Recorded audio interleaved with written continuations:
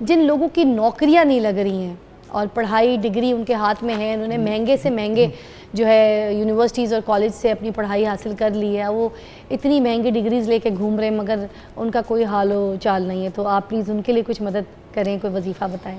دیکھیں فضا, انسان کی زندگی میں خوشی اور غمی کے دونوں مسائل چلتے رہتے ہیں. بہترین انسان وہ ہے جو اپنی خوشی کو بھی اور اپنی غمی کو بھی, اپنے اچھے حالات اور برے حالات, جس طرح کے بھی حالات ہیں, دونوں کو ہینڈل کرنا جانتا ہو اور انہیں اچھے طریقے سے سمجھنا بھی جانتا ہو اور انہیں سنبھالنا بھی جانتا ہو. اگر مسئلہ دیکھا جائے رزق کا, تو رزق کا تقریباً 80 سے جو نا وہ 90% لوگوں کے مسائل بنیادی طور پہ رزق کے ہی ہیں. اس وقت معاف کرنا کہ تعلیم کا جو ایریا ہے, تعلیم کا میدان ہے, اس کو بھی اگر دیکھا جائے تو وہ تعلیم بھی بطور رزق کے حصول کے کی جاتی ہے. دنیا میں کبھی بھی ایسا دور نہیں رہا کہ جو تعلیم ہے وہ رزق کے حصول کے لیے کی جاتی ہو, لیکن یہ وہ دور ہے کہ جس میں تعلیم بھی باقاعدہ رزق کو سامنے رکھ کے کی جاتی ہے. مثلا جو مارکیٹ کی ڈیمانڈ ہے اسی کے مطابق ڈگری ہے. کبھی آپ دیکھتے تھے کہ کامرس اس کی بڑی اہمیت و ویلیو تھی, اور کالجز بہت عام تھے, لیکن یہ ہے کہ اس وقت تو وہ ہمیں نظر نہیں آتے, ان کے زیادہ تر اسٹوڈنٹ بھی اس طرح نظر نہیں آتے. اسی طرح آپ دیکھیں تو اس وقت پیچھے MBA وغیرہ اس کی بڑی ڈگری جو نا وہ چلنے والی تھی, لیکن اس کے بعد جب IT کا دور آیا تو وہاں یہ ڈگریاں بھی اسی طرح چلتی گئی جی. لیکن مسئلہ یہ ہے کہ جو صاحب ڈگری ہے, پوزیشن ہولڈر ہے, اس کے لیے تو رزق کا مسئلہ نہیں ہونا چاہیے, لیکن جو صاحب ڈگری ہونے کے باوجود بھی رزق کے مسائل میں ہے, تو اس کا مطلب یہ ہے کہ وہ پہلے دن سے اپنی زندگی کی پلاننگ کر کے گول کے بغیر سفر اس نے شروع کیا ہے, یا منزل کو سامنے رکھے بغیر سفر شروع کیا ہے. اس وقت بچوں کے پاس اگر پھر بات کی جائے کہ تعلیم کے میدان میں جو لوگ پریشان ہیں, ان کے پاس یا تو تعلیم مکمل نہیں ہے, یا تعلیم مکمل ہے تو لائف سکل نہیں ہے, اور اگر تعلیم میں لائف سکل بھی ہے تو جو مارکیٹ کی ڈیمانڈ ہے اس کے مطابق نہیں ہے, جس کی وجہ سے میرا علم میرے حد تک تو بہت مفید ہے, لیکن کیا میرا علم آپ کے لیے بھی مفید ہے؟ اگر دیکھا جائے کہ میرا علم, آپ کہہ رہے ہیں کہ عملی طور پہ پہلے کچھ کرنا ہے, عملی طور پہ پہلے یہ کرنا پھر اللہ تعالیٰ سے دعا مانگیں, پھر اللہ تعالیٰ سے. ایک کال بھی ساتھ ہے, نائلہ ہے, میں آپ سے بات کروانا چاہوں گی. جی نائلہ السلام علیکم, بات کیجئے گا شفیق الرحمان صاحب سے. وعلیکم السلام.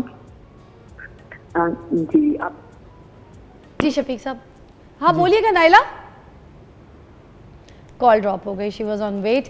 اینی وے آپ کال کر سکتے ہیں اور اپنے ایشوز جو ہے وہ پوچھ سکتے ہیں, اس پہ آپ کو وظیفہ جو ہے شفیق الرحمان صاحب بتائیں گے. مگر میں آپ کو بتا رہی ہوں آج کا جو شو ہے وہ فائنینشیل ایشوز جن لوگوں کو ہے وہی اس پہ وظیفہ لیں گے, جو ٹاپک ہے اسی حساب سے رہیے گا. تعلیم میں ہم بات کر رہے تھے, تو تعلیم میں بنیادی طور پہ یہ ہے کہ اگر آپ نے اس کے ذریعے رزق ہی کمانا ہے تو سب سے پہلے دیکھیں کہ مارکیٹ کی بنیاد میں مارکیٹ آپ سے ڈیمانڈ کیا کرتی ہے.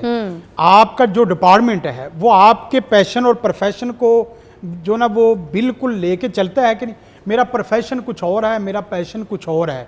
دنیا کی سب سے زیادہ تکلیف دہ زندگی یہ ہے کہ اس کا پیشن کچھ اور ہو اور اس کا پروفیشن کچھ اور ہو, جس کی وجہ سے آگے مسائل بنتے.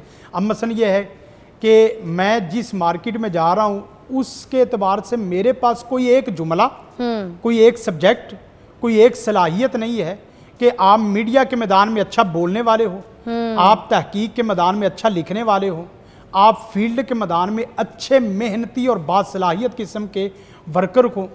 کوئی بھی اس طرح کی صلاحیت نہیں ہے تو آپ کی ماسٹر ایم فل لیول کی PhD ڈاکٹریٹ کی ڈگری میرے لیے مفید نہیں ہے. ایسے ہے, آپ نے جب اپنی ڈگری کو مفید بنانا تو اپنے اس چیز کو دیکھیں اپنے سکلز کے حساب سے, اپنے سکل کے حساب سے. ہاں پھر اس کے بعد دیکھیں جب آپ چیز میں آپ کا سکل ہی کوئی نہیں ہے, آپ اس کی ڈگری لے کے بیٹھ جائیں تو یہ چیزیں بھی پہلے اپنی فوکس کرنی ہے. بالکل. ابوالکلام آزاد کا یہاں واقعہ ایک بہت پیارا میں نوٹ کرنا چاہتا ہوں کہ جس وقت آپ کے پاس صلاحیت ہے نا, اور چاہے کسی بھی قسم کی ہے, یقین کریں کہ دنیا کے چھوٹے چھوٹے لوگ تو دور کی بات, بڑے بڑے بادشاہ بھی آپ کے دروازوں کے باہر لائن بنا کے کھڑے ہوتے ہیں. واہ جی. گاندھی آئے اس کے پاس, اچھا, کہنے لگے کہ مولانا میں نے آپ سے ملاقات کرنی ہے. مولانا کا جملہ سنے, وہ فرمانے لگے کہ 8 دن میرے پاس آپ سے ملنے کے لیے وقت ہی نہیں ہے. وہ بادشاہ ہے ہاں اور یہ عام سادہ سمپل آدمی اور وہ ہے. کہتا ہے میرے پاس 8 دن وقت نہیں ہے.